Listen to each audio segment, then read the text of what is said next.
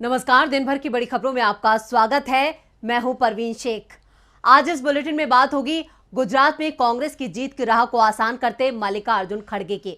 हिमाचल में बीजेपी के खिलाफ कांग्रेस की चार्जशीट की। जानेंगे गुजरात चुनाव के लिए बीजेपी ने चला कौन सा दांव। भारत जोड़ो यात्रा में आज दिखा राहुल का कौन सा रूप। बात करेंगे महाराष्ट्र में उद्धव के दांव से परेशान शिंदे की। पाकिस्तान में इमरान खान के आजादी मार्च की। और बुलेटिन के आखिर में बात एक बार फिर हादसे का शिकार हुई वंदे भारत एक्सप्रेस की। लेकिन तमाम बड़ी खबरों से पहले एक नजर सुर्खियों पर। हिमाचल प्रदेश में नामांकन वापसी का काम खत्म, अब तेज होगा चुनाव प्रचार। बीजेपी के 1 दर्जन से ज्यादा बागी अभी भी चुनाव में डटे। बढ़ते प्रदूषण को लेकर दिल्ली सरकार का बड़ा फैसला, जरूरी परियोजनाओं के निर्माण कार्यों को छोड़कर सभी निर्माण कार्यों पर लगाई रोक। ऑडियो टेप चलाकर दिल्ली के डिप्टी सीएम मनीष सिसोदिया ने किया नया दावा, आप विधायकों को खरीदने की हुई थी कोशिश, बीजेपी पर लगाया आरोप। T20 वर्ल्ड कप में आज हुए मुकाबले में न्यूजीलैंड ने श्रीलंका को 65 रन से दी मात, ग्लेन फिलिप्स के शतक ने डुबोई श्रीलंका की नैया। तो ये थी सुर्खियां और अब बात आज की सबसे बड़ी खबर की। कांग्रेस के नए अध्यक्ष मल्लिकार्जुन खड़गे फुल एक्शन में हैं। आज गुजरात के नवसारी पहुंचे खड़गे ने कांग्रेस के नेताओं और कार्यकर्ताओं को जीत का मंत्र दिया। आदिवासी बहुल इलाके में खड़गे ने जनसभा को संबोधित किया। गुजरात में कांग्रेस की सरकार बनाने के लिए एक खास रणनीति बनाई है और उसी रणनीति के जरिए कांग्रेस बीजेपी को सत्ता से बेदखल करेगी। देखते हैं ये रिपोर्ट।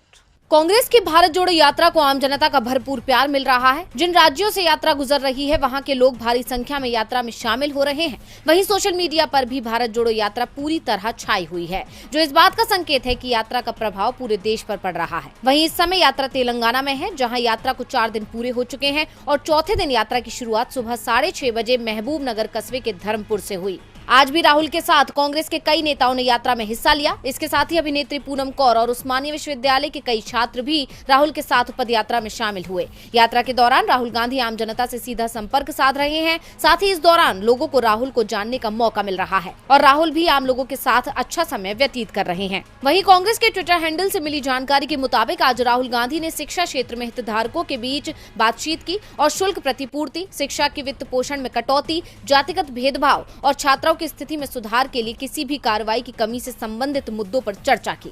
इसके साथ ही कांग्रेस ने इस बातचीत के दौरान की तस्वीरें भी साझा की हैं।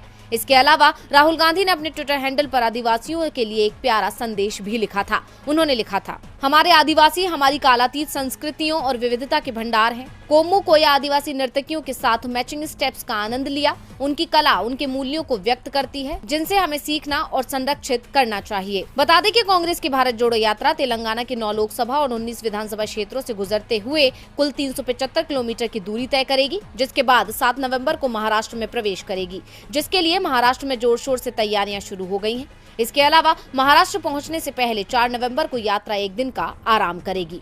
गुजरात के लिए कांग्रेस की इस रणनीति से बीजेपी में खलबली मच गई है। कांग्रेस गुजरात के साथ साथ हिमाचल में भी अपनी पकड़ मजबूत करने में जुटी है। आज कांग्रेस ने बीजेपी पर बड़ा हमला बोला है। कांग्रेस नेताओं ने बीजेपी के खिलाफ हल्ला बोल करते हुए संगीन आरोपों की एक चार्जशीट जारी की, जिसे नाम दिया है लूट की छूट। हिमाचल प्रदेश में 12 नवंबर को मतदान है। चुनाव के नतीजे 8 दिसंबर को जारी होंगे। राज्य में मुख्य मुकाबला सत्ता पर काबिज बीजेपी और कांग्रेस के बीच है। राज्य में हर 5 साल में सत्ता बदलने का रिवाज है, लेकिन बीजेपी एक बार फिर सत्ता में वापसी का सपना पाले बैठी है, जबकि जनता ने सरकार बदलने का मन बना लिया है। कांग्रेस की माने तो इस बार राज्य में कांग्रेस की सरकार बन रही है। हिमाचल प्रदेश की बीजेपी सरकार के खिलाफ आज कांग्रेस ने अपनी चार्जशीट लूट की छूट जारी की। मुख्यमंत्री जयराम ठाकुर सहित अधिकतर मंत्रियों, विधायकों, बोर्डों और निगमों के अध्यक्षों, उपाध्यक्षों के खिलाफ चार्जशीट में संगीन आरोप लगाए गए हैं। प्रदेश कांग्रेस मुख्यालय राजीव भवन शिमला में आज कांग्रेस की चुनाव प्रचार कमेटी के अध्यक्ष सुखविंदर सिंह सुक्खू, नेता विपक्ष मुकेश अग्निहोत्री, अखिल भारतीय कांग्रेस कमेटी के प्रवक्ता पवन खेड़ा और प्रदेश मीडिया प्रभारी अलका लांबा ने चार्जशीट जारी की। प्रदेश सरकार के मंत्री महेंद्र सिंह, राकेश पठानिया, विक्रम सिंह, सरवीण चौधरी, सुखराम चौधरी और गोविंद ठाकुर चार्जशीट में मुख्य निशाने पर रखे गए। कांग्रेस नेताओं ने बताया कि चार्जशीट में जल शक्ति, वन, उद्योग, ऊर्जा, गृह, स्वास्थ्य, खेल और युवा सेवाएं, पर्यटन, परिवहन, सामाजिक न्याय, शिक्षा और विधानसभा सचिवालय में हुआ भ्रष्टाचार उजागर किया गया है। कोरोना संकट के दौरान हुए पीपीई किट और सैनिटाइजर घोटाला, पुलिस भर्ती का पेपर लीक मामला, नकली शराब से हुई मौतों का मामला और फर्जी डिग्री मामला भी चार्जशीट में उठाया जा रहा है। प्रदेश के विभिन्न निगमों, बोर्डों, विश्वविद्यालयों और आयोगों में हुई भर्तियों को भी चार्जशीट में शामिल किया गया है। मुकेश अग्निहोत्री ने आरोप लगाया कि जयराम ठाकुर नौकरियां बेचने वाले मुख्यमंत्री के तौर पर जाने जाएंगे। पुलिस भर्ती पेपर लीक मामले में प्रदेश के करीब 14 लाख युवाओं के साथ धोखा किया गया है। भर्तियों में धांधली के मामले में कमीशन ऑफ इंक्वायरी का गठन किया जाएगा। जयराम सरकार के सभी फैसलों की कांग्रेस इस बार राज्य में बेरोजगारी, महंगाई और भ्रष्टाचार के मुद्दों पर चुनाव लड़ रही है। राज्य में फिलहाल बीजेपी की स्थिति काफी खराब है। हिमाचल प्रदेश में विधानसभा चुनावों के बीच कांग्रेस की राष्ट्रीय महासचिव प्रियंका गांधी भी शिमला पहुंच चुकी हैं। प्रियंका 31 अक्टूबर को कुल्लू में रोड शो और मंडी में जनसभा को संबोधित करने वाली हैं। कांग्रेस ने हिमाचल बीजेपी को बेनकाब करने का दावा किया है। अब देखना होगा कि जनता बीजेपी को सत्ता से बेदखल कर सजा देती है या फिर एक बार फिर शासन करने का मौका देती है। लेकिन कांग्रेस ने सत्ता में आने की अपनी राह जरूर बना ली है। इधर गुजरात में अपनी जमीन खिसकती देख बीजेपी ने फिर से राज्य में हिंदुत्व का बड़ा दांव चला है। बीजेपी ने यूनिफॉर्म सिविल कोड यानी यूसीसी को लेकर नई कमेटी के गठन का ऐलान किया है, जबकि कांग्रेस ने इसे बीजेपी की हताशा करार दिया है। गुजरात विधानसभा चुनाव की तारीखों का ऐलान अब किसी भी वक्त हो सकता है, जिसके चलते राज्य का सियासी पारा गर्मा गया है। विपक्ष और खासकर कांग्रेस राज्य की सत्ताधारी पार्टी बीजेपी को महंगाई, बेरोजगारी जैसे तमाम मुद्दों पर घेर रही है, जिससे बीजेपी की सत्ता में वापसी कठिन हो रही है। अब इस बीच बीजेपी सरकार ने इन अहम मुद्दों से जनता का ध्यान भटकाने के लिए आज एक बड़ा फैसला लिया है। गुजरात कैबिनेट ने समान नागरिक संहिता को लागू करने के लिए समिति के गठन को मंजूरी दे दी है। हालांकि इसको लेकर आम आदमी पार्टी और कांग्रेस बीजेपी सरकार पर हमलावर है। विपक्ष का आरोप है कि इस वक्त गुजरात में सत्ता विरोधी लहर देखी जा रही है और इसी से बचने के लिए सत्ता पर काबिज बीजेपी ने यूनिफॉर्म सिविल कोड कानून का मुद्दा उछाल दिया है। यूनिफॉर्म सिविल कोड को लेकर कांग्रेस नेता शक्ति सिंह गोहिल ने कहा, संविधान के अनुसार यूनिफॉर्म सिविल कोड को लागू करने का अधिकार राज्य सरकार के पास है ही नहीं, ये केंद्र सरकार का अधिकार है। असली मुद्दों पर बीजेपी बात नहीं कर रही है। बेरोजगारी, एजुकेशन, महंगाई पर बीजेपी चर्चा नहीं करती है। वहीं इस मुद्दे को लेकर आम आदमी पार्टी ने कहा कि चुनाव से पहले बीजेपी कुछ भी कर ले, इसका कोई फर्क नहीं पड़ने वाला है। गुजरात की जनता ने इस बार बदलाव लाने की ठान ली है। आपको बता दें कि डबल इंजन की सरकार वाले राज्यों में इसकी पहल की जा रही है। इससे पहले उत्तराखंड सरकार भी इसको लेकर विचार कर चुकी है। वहीं यूनिफॉर्म सिविल कोड की बात की जाए तो उसका मतलब है अलग अलग धर्म ग्रंथों और रीति रिवाजों पर आधारित पर्सनल लॉ की जगह देश में सभी नागरिकों पर एक कानून लागू होने वाला एक समान नागरिक संहिता कानून। अब बीजेपी ने अपना दांव तो चल दिया है, लेकिन इसका उसे फायदा होगा या नहीं, ये चुनाव के नतीजे तय करेंगे। गुजरात में यूनिफॉर्म सिविल कोड का ऐलान करके बीजेपी ने मुश्किल में फंसी बाजी जीतने की जुगत लगाई है, लेकिन फैसला जनता को करना है। क्या वो बीजेपी की इस चाल को नाकाम करती है या फिर उनके झांसे में आती है। वैसे राहुल गांधी भी अपनी भारत जोड़ो यात्रा से जनता को बार बार आगाह कर रहे हैं कि अब बीजेपी से सावधान हो जाओ। बीजेपी देश को बांटने का काम कर रही है, वो सिर्फ सत्ता के लिए नए नए मुद्दों को उछालती है। वैसे तेलंगाना में आज यात्रा का चौथा दिन था। राहुल की यात्रा अब तक 52 दिनों का सफर तय कर चुकी है। देखते हैं ये खास रिपोर्ट। पीएम मोदी गुजरात में बीजेपी कार्यकर्ताओं से सचेत कर रहे थे कि कांग्रेस खामोशी से चुनाव प्रचार कर रही है, शोर नहीं मचा रही है। ये सच भी था। कांग्रेस चुनावों से पहले जमीन पर काम कर रही थी और जैसे ही चुनाव करीब आए पार्टी ने अपने दिग्गज नेताओं की फौज मैदान में उतार दी। आज पार्टी के राष्ट्रीय अध्यक्ष नवसारी पहुंचे। उन्होंने आदिवासियों की जनसभा को संबोधित किया। इस जनसभा से पहले एक वीडियो कांग्रेस ने अपने फेसबुक अकाउंट पर पोस्ट किया है।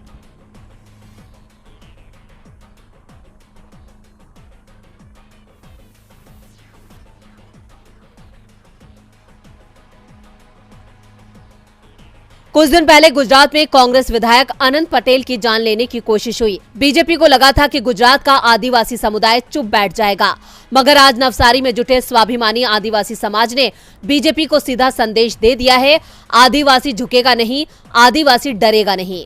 खड़गे ने भी बीजेपी पर जमकर निशाना साधा, तो दूसरी ओर सूरत में बीजेपी के गढ़ पर राजस्थान के सीएम अशोक गहलोत ने निशाना साधा। गहलोत ने प्रेस कॉन्फ्रेंस कर कहा, गुजरात में लोगों को दबाने का काम किया जा रहा है। पीएम की रैली में काले झंडे दिखाने वालों पर पासा लगा दिया जाता है।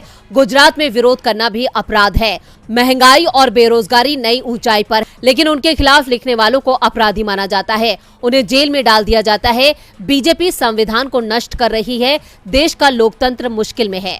गहलोत ने कहा कि बीजेपी पैसे के दम पर मीडिया को नियंत्रित कर रही है। चुनावी चंदे का 95% बीजेपी को मिलता है। दान देने वाला डर कर किसी दूसरे को दान नहीं देता है। बीजेपी ने एक मॉडल पेश किया है जिसमें चंदे के पैसे का इस्तेमाल राज्य सरकारों को गिराने के लिए किया जा रहा है, जैसे उन्होंने महाराष्ट्र और कर्नाटक में किया। और अगर चंदा दूसरी पार्टी को मिले तो दान देने वाले के दरवाजे पर ईडी और आईटी के लोग पहुंच जाते हैं। आदिवासियों के साथ झूमते नाचते राहुल की इन तस्वीरों ने सभी का दिल जीत लिया है। दिल तो महाराष्ट्र के पूर्व मुख्यमंत्री उद्धव ठाकरे भी जीत रहे हैं। बीएमसी चुनाव से पहले राज्य के मराठी और गैर मराठी मुस्लिम समाज ने उद्धव का साथ देने का ऐलान किया है। राज्य में उद्धव के समर्थन में बन रहे नए चुनावी समीकरणों ने शिंदे बीजेपी गठबंधन को परेशान कर दिया है। देखते हैं ये रिपोर्ट। भारतीय जनता पार्टी ने महाराष्ट्र की सत्ता पर काबिज होने के लिए एकनाथ शिंदे का सहारा लिया और महाविकास अघाड़ी को सत्ता से बाहर कर दिया। और सत्ता हथियाने के बाद से बीजेपी और शिंदे गुट उद्धव की शिवसेना को कमजोर करने में लग गए हैं। लेकिन लाख कोशिशों के बावजूद उद्धव गुट मजबूत हो रहा है और ये शिंदे गुट के लिए करारे झटके के तौर पर देखा जा रहा है। दरअसल महाराष्ट्र के मराठी भाषी और गैर मराठी भाषी मुस्लिमों ने उद्धव ठाकरे की शिवसेना को अपना समर्थन देने का ऐलान कर दिया है। बीते दिनों मराठी मुस्लिम सेवा संघ के एक प्रतिनिधि मंडल ने ठाकरे से मुलाकात कर अपना समर्थन जताया है। एमएमएसएस के प्रमुख फकीर ठाकुर ने कहा कि जब से हमने ठाकरे से मुलाकात की है तब से पूरे महाराष्ट्र से हमें फोन आ रहे हैं और हमारे फैसले का समर्थन किया जा रहा है। उन्होंने दावा किया कि समर्थन करने वालों में राकांपा व कांग्रेस के समर्थक मराठी मुस्लिम भी हैं। बता दें, एमएमएसएस में पूरे महाराष्ट्र में मछुआरों से लेकर शिक्षकों तक सभी वर्गों के मुसलमानों के बीच काम करने वाले 180 संगठन शामिल हैं। और आने वाले बीएमसी चुनाव में इतने संगठनों का साथ उद्धव को मिलना शिंदे के लिए परेशानी खड़ी कर सकता है। इतना ही नहीं, इन संगठनों का कहना है कि महाराष्ट्रियों के रूप में हम भी ठाकरे के साथ हुए विश्वासघात से आहत हैं। हमें मिलकर इन देशद्रोहियों को सबक सिखाना चाहिए। हमेशा हिंदुत्व के मुद्दे के साथ रहने वाली शिवसेना को मुस्लिम संगठनों का साथ मिलना अपने आप में उद्धव के लिए बहुत बड़ी उपलब्धि मानी जा रही है और इससे उद्धव की ताकत में पहले से ज्यादा इजाफा हो गया है, जो आगामी बीएमसी चुनाव में शिंदे को भारी पड़ सकता है। इतना ही नहीं, ये इस बात का संकेत है कि महाराष्ट्र में शिंदे विरोधी लहर चल रही है। बीएमसी चुनावों ने महाराष्ट्र के सियासी पारे को गरमा दिया है। राज्य में बनते नए समीकरण सीएम शिंदे की मुश्किलों में इजाफा करने वाले हैं। मुश्किलों का सामना तो पाकिस्तान की शाहबाज सरकार को भी करना पड़ रहा है और ये मुश्किलें खड़ी की हैं पाकिस्तान के पूर्व पीएम इमरान खान ने। मुकदमों का सामना कर रहे इमरान खान पाकिस्तान में चुनाव करवाने पर आमादा हैं, जिसके लिए वो आजादी मार्च निकाल रहे हैं। देखते हैं ये रिपोर्ट। पाकिस्तान के पूर्व पीएम इमरान खान का इस्लामाबाद मार्च शुरू हो गया है। पाकिस्तान के इतिहास में ये पहला मौका है जब विपक्ष के किसी नेता ने सरकार के साथ सीधे सेना को ही निशाने पर ले लिया हो। पाकिस्तान में पहली बार सेना बैकफुट पर दिखाई दे रही है। आईएसआई भी हैरान परेशान दिखाई दे रहा है। आईएसआईएस चीफ नदीम अंजुम दुनिया के सामने नहीं आते थे, उन्हें प्रेस कॉन्फ्रेंस करनी पड़ी। इमरान ने जो आरोप आईएसआईएस पर लगाए हैं उन्हें लेकर सफाई देनी पड़ी। सेना और आईएसआईएस दोनों मिलकर भी इस समय इमरान पर सख्त एक्शन नहीं ले पा रहे हैं, क्योंकि इस समय इमरान पाकिस्तान में सबसे ज्यादा लोकप्रिय नेता बन चुके हैं। हाल ही में हुए तमाम उपचुनाव के परिणाम बता रहे हैं कि आज चुनाव होते हैं तो इमरान खान की पार्टी पाकिस्तान तहरीक इंसाफ को आसानी से बहुमत मिल जाएगा। जनता के रुझान को देखते हुए ही इमरान तत्काल नए चुनाव कराने की मांग पर अड़ गए हैं। दबाव बनाने के लिए उन्होंने लाहौर से इस्लामाबाद के लिए आजादी मार्च शुरू कर दिया है। मार्च शुरू करते समय उन्होंने सरकार के साथ आईएसआई को भी निशाने पर ले लिया। इमरान ने कहा कि डीजी आईएसआई अपने कान खोलो और सुनो, मैं बहुत कुछ जानता हूं, लेकिन मैं केवल इसलिए चुप हूं क्योंकि मैं अपने देश को नुकसान नहीं पहुंचाना चाहता। मैं बेहतरी के लिए रचनात्मक आलोचना करता हूं, नहीं तो मैं बहुत कुछ कह सकता था। इस बीच इमरान के मार्च को रोकने की तैयारियां भी शुरू हो गई हैं। लाहौर से इस्लामाबाद के बीच के रास्तों में कंटेनर लगा दिए गए हैं, सड़क को ब्लॉक कर दिया गया है। इमरान के आजादी मार्च का टीवी चैनलों पर लाइव प्रसारण रोकने के आदेश जारी कर दिए गए हैं। सेना भी इमरान खान को लाल झंडी दिखा रही है। सेना प्रमुख जनरल बाजवा ने साफ कर दिया है कि चुनाव समय पर ही होंगे, लेकिन इमरान खान अपनी मांग पर अड़े हुए हैं। साथ ही 4 नवंबर को इस्लामाबाद रैली के आयोजन पर भी वो पीछे हटने को तैयार नहीं है, जबकि अभी तक उन्हें रैली की इजाजत नहीं मिली है। और बुलेटिन के आखिर में बात हादसे का शिकार होती वंदे भारत एक्सप्रेस ट्रेन की। वंदे भारत एक्सप्रेस एक बार फिर हादसे का शिकार हो गई। इस बार भी ट्रेन मवेशी से टकरा गई। ट्रेन के टकराने से इंजन के सामने का हिस्सा डैमेज हो गया। इस बार ट्रेन के सामने बैल आ गया था। घटना गुजरात के वलसाड़ में हुई, जिसके बाद ट्रेन को करीब आधे घंटे रुकना पड़ा। वंदे भारत एक्सप्रेस एक महीने में 3 बार हादसे का शिकार हो चुकी है। देखते हैं ये रिपोर्ट। देश की सबसे तेज ट्रेन वंदे भारत एक्सप्रेस आज एक बार फिर हादसे का शिकार हो गई। ये हादसा गुजरात के अतुल रेलवे स्टेशन के पास हुआ, जब मुंबई से गांधीनगर जा रही ट्रेन के सामने बैल आ गया।